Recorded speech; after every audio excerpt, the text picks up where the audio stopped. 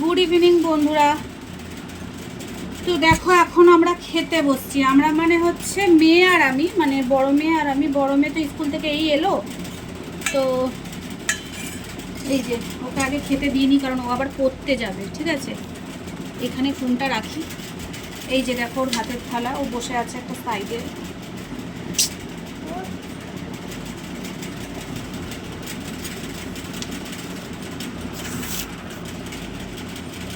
শাক দিলাম আজকে, তোর বাবাকে জোর করে শাক দিয়ে ভাত দিয়েছি। ছেঁচি শাক এত ভালো খায়, বা যে কোনো শাক, কিন্তু আবার এদিকে রাতে খাবে না, দুপুরে খাবে। কিন্তু এবার দুপুরবেলা এদিকে বলে আমি ভাত খাবো না, হোটেলে গিয়ে খাবো। আজকে জোর করে দিয়েছি, আমি চাইছি ভাত খেয়ে, শাক দিয়ে হলেও ভাত খেয়ে যাও। তো এই যে মেয়েকে ভাত বেড়ে দিয়েছি, আর এরপরে মাছের ঝোল দিয়ে খাবে। ওই যে ওখানে মিষ্টি রানী বসে আছে, এই দেখো, এই যে। আর এই যে এখানে মাছের ঝোল আছে, ও শাক দিয়ে খাক। তো তারপর আমি বসছি। তার আগে যেটা হলো, লিখতে বসেও লিখলো না মিষ্টি। মিষ্টি আছে কপালে মার বিকেলে। যাই হোক, এখন ঘুম পাড়াই, নাইলে আবার ঘুম চোখে থাকলে ঘুমাবে না। এটা হচ্ছে দই। দই তো পাতি, তোমরা ভালো করেই জানো, আমরা ঘরে দই পাতে খাই আমি। তো এই যে দেখো, কালকে দই পেতেছিলাম, এখান থেকে একটুখানি ওই ছেলেকে দিয়েছিলাম, আর এখন মিষ্টিকে একটু দিই। দইটা না মানে কাটছি তো, মানে এত ভালো, দেখো, দেখেছিস? এটা কিন্তু মোষের দুধের দই না বন্ধুরা, এটা প্যাকেটের দুধের দই। ওই যে কালকে তুই রেড কাউ আনলি, রেড কাউ যে দোকানে যে প্যাকেট পাওয়া যায়, সেই প্যাকেটের দুধের দই। খুব সুন্দর হয়েছে। হ্যাঁ, খুব সুন্দর হয়েছে। আমার মা বলে তুই খুব সুন্দর দই পাতিস। সেদিনকে দিদা দই কিনে কিনে আনছিল, তা মা দই দিয়ে ভাত খায়। আবার বোনের যেহেতু দুধ খাওয়া বারণ, বোনের বেবি হবে, দুধ খাওয়া বারণ, তো ওই জন্য বোনকে দই খেতে বলেছে। এবার মা রোজই দই এনে দিতে। দেখো বন্ধুরা, 100 দইয়ের দাম হচ্ছে 25 টাকা, কোথাও নয় 26 টাকা। এবার রোজ 25 টাকা 26 টাকা করে দই এনে খাওয়া তো অ্যাকচুয়ালি ওটা পয়সার থেকে বড় কথা, ওটা সত্যি একটা বেকার খরচা। রোজ 25 টাকা, যেখানে ঘরে পেতে দই খাওয়া যেতেই পারে। তো আমি মাকে বললাম, মা পাততে পারে, তবুও ওই বয়স হলে যা হয়, মানে মাকে বললাম যে মা তুমি তো দই পাততে পারো, তাছাড়াও আমি বলে দিলাম এইভাবে পাতো। এখন মা বলে এত সুন্দর দইটা মানে কী করে বলেছিস, আর মা সেইভাবে পেতেছে। যদিও কোনো দই পাতা ব্যাপার না, তবু মা বলছে এত সুন্দর, মানে দোকানের দইয়ের থেকেও স্বাদ বেশি। আর ঠিক সেরকম দেখো, এখানে 500 দুধের প্যাকেটের দই পাতা, কিন্তু তার মানে এখানে 500 দই। তো চলো মিষ্টিকে দিই। এই যে মিষ্টি একটু দই খাক, আমিও খাবো। এই যে কোনো দিন দুধ খাই, কোনো দিন দই খাই, এই দেখো। তবে বেশিরভাগ আমরা দইটাই খাই। তো এই যে এখানে ও খাচ্ছে। আমার একটা মোবাইলের স্ট্যান্ড কিনতে হবে, সেদিনকে আমি দর করে এসেছি। এই যে এখানে আমার ভাত বাড়া আছে, তো আগে হচ্ছে মিষ্টিকে খাইয়ে নিই দইটা। আমি সেদিনকে একটা মোবাইলের স্ট্যান্ড দেখে এসেছি। ছাড়ো, চুপচাপ খেয়ে এখন চোখটা বন্ধ করবে, কারণ তুমি মিসের লেখা করতে বসাও, লেখো নি। সরে আসো এদিকে, এদিকটা এসে বসো, এখানটা এসে বসো, কেঁদে লাভ নেই, এখন ঘুমাবে গেলো।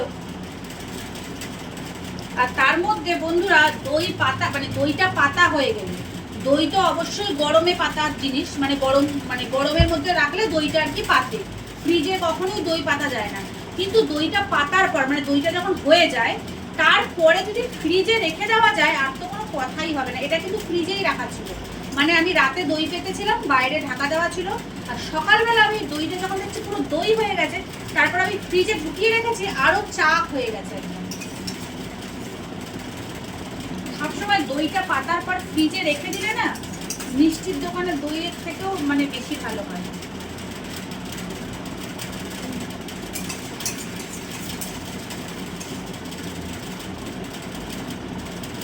কটা বাজে? কি কটা বাজে? তো চলো, এই যে দইটা ঢাকা দিয়ে রেখে দিলাম এই সাইডে। মিষ্টির মুখটা ধুয়ে দিই, ধুয়ে ও শোবে, তারপর আমি ভাত খেতে বসবো। তারপর আজকে আমি একটু শোবো।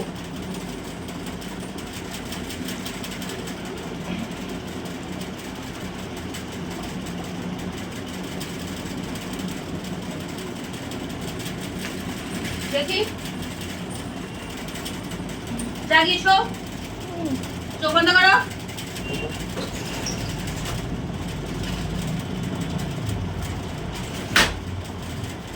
তোকে বলেছি বল। নাইটির মধ্যে লেগে গেল। জল। হ্যাঁ জল। তো চলো, এই যে বড় মেয়ে তো এখানে খাচ্ছে, এই যে খাচ্ছে এই দেখো। আর এখানে তো মাছের ঝোল আছেই। এখানে কালকে একটা মাছের মাথা আছে, এই দেখো এই মাথাটা আমি বসে বসে খেয়ে নেব। আর এই দেখো শাক, আমি একটু বেশিই খাই শাক। আর এটা তো দই রয়েছে, হ্যাঁ দইটা ভাত খাওয়ার পর ওকে দেবো আর আমি খাবো। তবে এতটা খাবো না, রেখে দেবো, ওটা কালকেও হয়ে যাবে। 500 দই একবারে কি খাওয়া যায়? যায় ঠিকই, মানে আমরা খাই না যদিও বা। এই দেখো এখানে অনেকটা দই। তো মিষ্টির আর ওর মানে ওই ছেলেটার খাওয়া হয়ে গেছে, বাচ্চা ছেলেটার। এখন ও খাবে, মানে বড় মেয়ে খাবে আর আমি খাবো। তারপরে আরও এখনও মানে 250 মতো দই খাওয়া হয় সবাই মিলে, 250 কি 300। আর বাদ বাকি দইটা আবার কালকে খাওয়া হয়। তো যাই হোক, চলো এবার আমি খেয়ে নিই। তোমাদের তো খাওয়া হয়ে গেছে। আর হ্যাঁ, তার সাথে যেটা আমার রোজ লাগে, দেখে বুঝতে পারছো, এটা হচ্ছে ফ্রিজের জল। এটা হচ্ছে ফ্রিজের জল, এটা আমি খাবই। এই গরমে এই 1 বোতল 2 বোতল খাই। এই দুপুরবেলা খাওয়ার সময় 1 বোতল ফ্রিজের জল খাই, আর রাত্রিবেলা খাওয়ার সময় 1 বোতল ফ্রিজের জল খাই। এছাড়া কিন্তু আমি অন্য সময় যে সারাদিনই ফ্রিজের জল খেয়েই যাচ্ছি ওরকম নয়। এই খাওয়ার সময় এই 2 বোতল ফ্রিজের জল আমার লাগবে। তো চলো টাটা। এই এখন শাক দিয়ে ভাতটা খাই, তারপর মাছ আছে, তারপর আবার সব কাজ হয়ে গেছে বন্ধুরা। খাওয়ার পরে একটু শোবো, কারণ আমার খুব ঘুম পাচ্ছে, যেহেতু এখন সকালে উঠি। তো চলো, অনেক বক বক করে নিয়েছি, টাটা। পরে আবার সন্ধেবেলায় আসছি, ঠিক আছে?